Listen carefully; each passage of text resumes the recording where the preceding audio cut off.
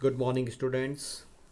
श्री रतनलाल कंवरलाल पाटनी राजकीय स्नातकोत्तर महाविद्यालय किशनगढ़ के YouTube channel CCE Raj Kishangarh पर आप सभी का स्वागत है। मेरा नाम महेंद्र कुमार वर्मा, मैं सहायक आचार्य व्यावसायिक प्रशासन विभाग से।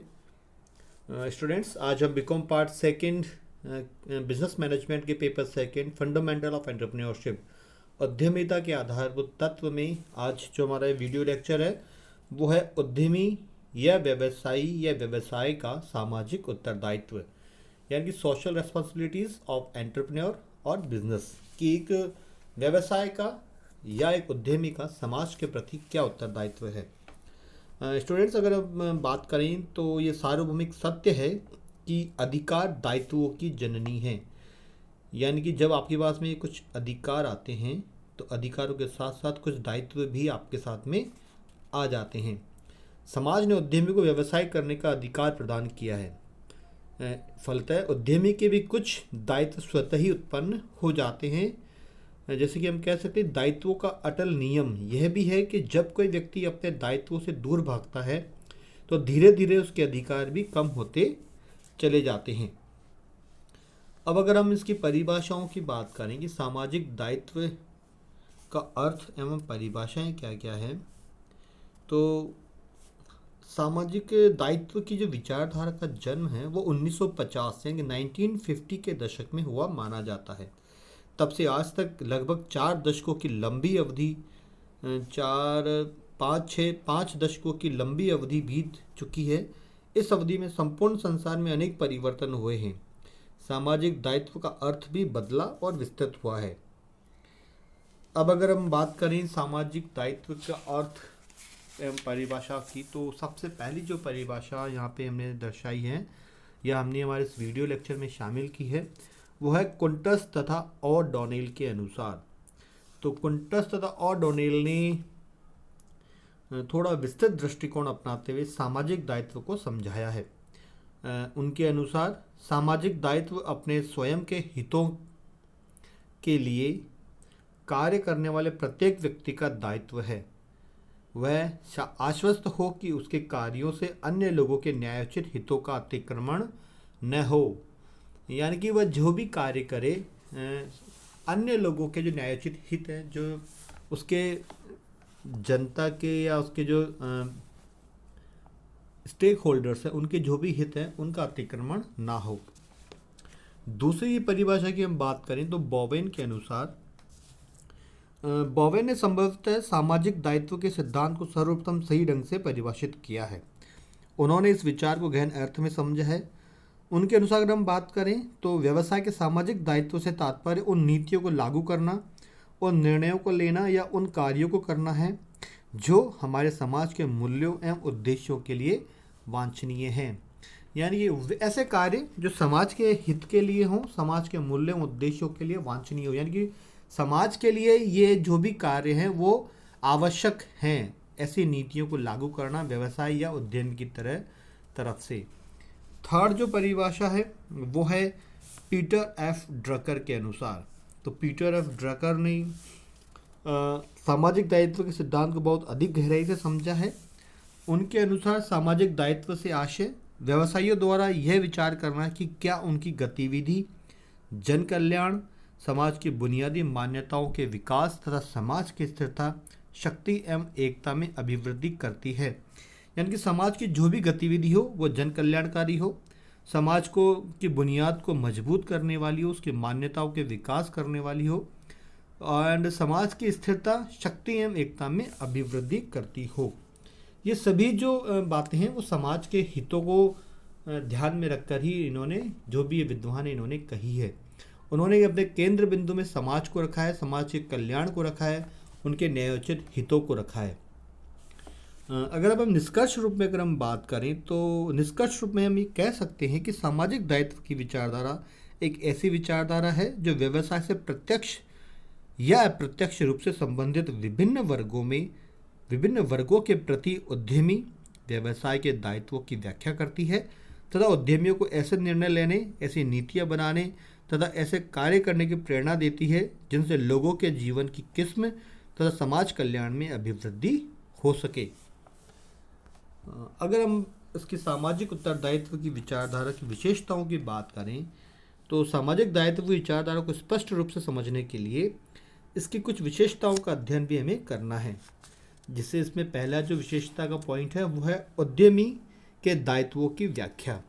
सामाजिक दायित्वों की विचारधारा उद्यमी के सामाजिक दायित्वों की व्याख्या करती है। यह उद्यमी को यह बताती है कि उसके समाज के प्रति क्या दायित्व हैं तथा उन्हें किस प्रकार पूरा करना चाहिए। दूसरा जो इसका बिंदु है वो है विभिन्न वर्गों के हितों की रक्षा तथा संतुलन। यह विचारधारा व्यवसाय में हित रखने वाले समाज के विभिन्न वर्गों जैसे कर्मचारी, ग्राहक, जो विनियोजक हैं यानी कि जो निवेश करने वाले हैं के हितों की रक्षा करने तथा उनमें संतुलन स्थापित करने पर बल देती है। थर्ड इसका जो पॉइंट है वो है विचारधारा की मान्यता। सामाजिक दायित्व की विचारधारा यह मानकर चलती है कि समाज ने उद्यमी को व्यवसाय करने का अधिकार दिया है। समाज ने उसके लिए साधन तथा भूमि, भवन, जल, विद्युत, वातावरण आदि उपलब्ध किए हैं। उसे इन सब का व्यवसाय में उपयोग करने का अधिकार दिया है। समाज उससे अधिकार के बदले ही कुछ अपेक्षाएं रखता है। अगला पॉइंट है द्विमार्गी प्रक्रिया यानी कि टू वे कम्युनिकेशन या टू वे प्रोसेस। यद्यपि हम ये मानकर चलते हैं कि समाज ने उद्यमी व्यवसाय को साधन एवं अधिकार दिए हैं और इसी के फलस्वरूप उसके सामाजिक दायित्व उत्पन्न होते हैं, किंतु एक समय बाद उद्यमी व्यवसाय भी समाज के लिए कुछ कर देता है तो समाज के भी उद्यमी व्यवसाय के प्रति कुछ दायित्व उत्पन्न हो जाते हैं। इस प्रकार दीर्घकाल में उद्यमी तथा समाज के बीच सामाजिक उत्तरदायित्व की द्विमार्गी प्रक्रिया की टू वे ट्रैफिक या टू वे प्रोसेस बन जाती है। फिफ्थ पॉइंट है सामाजिक दायित्व एवं लाभ। सामाजिक दायित्व की विचारधारा उद्यमी को लाभ कमाने से नहीं रोकती। यह विचारधारा तो केवल इस बात पर बल देती है कि उद्यमी को अपने दायित्व पूरे करते हुए लाभ कमाने चाहिए।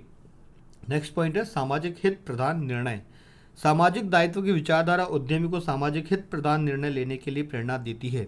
यह विचारधारा कहती है कि उद्यम के प्रत्येक कार्य एवं निर्णय से सामाजिक कल्याण में वृद्धि होनी चाहिए। नेक्स्ट पॉइंट की हम बात करें 7वें नंबर का विस्तृत क्षेत्र। अब सामाजिक दायित्व का क्षेत्र विस्तृत होता जा रहा है। प्रारंभिक वर्षों में केवल व्यवसाय में प्रत्यक्ष हित रखने वाले समाज के वर्गों के प्रति ही उद्यमी के दायित्व की बात कही जाती थी, किंतु अब सामाजिक दायित्व संपूर्ण समाज के सभी वर्गों के कल्याण के प्रति है। यह सामाजिक दायित्व में भौतिक वातावरण की सुरक्षा, शक्ति के साधनों, उत्पादन के संसाधनों आदि के प्रभावपूर्ण उपयोग तथा अल्पसंख्यक समुदाय के हितों की रक्षा को भी शामिल करते हैं।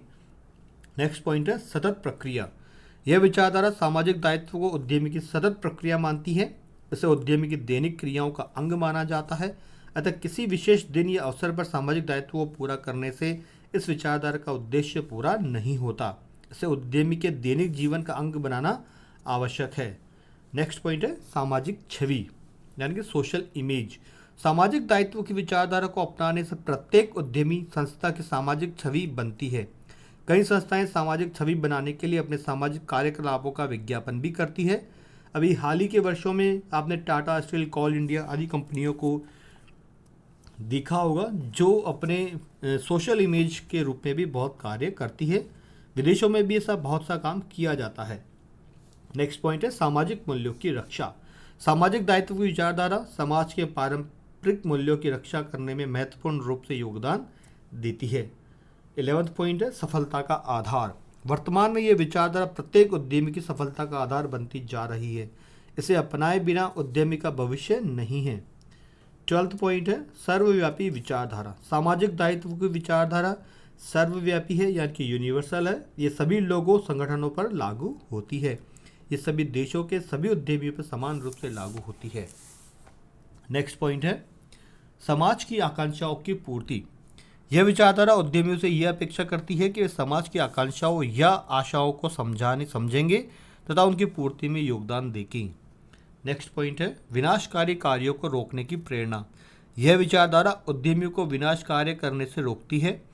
कई कार्य उद्यमियों को लाभकारी होते हैं किंतु अंततः समाज के लिए हानिकारक होते हैं। यह विचारधारा उद्यमी को ऐसे कार्यों को करने की प्रेरणा नहीं देती। नेक्स्ट पॉइंट है नवीन सामाजिक मूल्यों की स्थापना। सामाजिक दायित्व की विचारधारा के परिणाम स्वरूप समाज के नवीन सामाजिक मूल्यों की स्थापना में योगदान मिलता है। इससे एक ऐसे समाज का निर्माण होने लगता है जिनमें एक दूसरे के हितों को महत्व दिया जाने लगता है। इससे वर्ग संघर्षों की समाप्ति संभव हो जाती है। तो आज के इस वीडियो में इतना ही। धन्यवाद।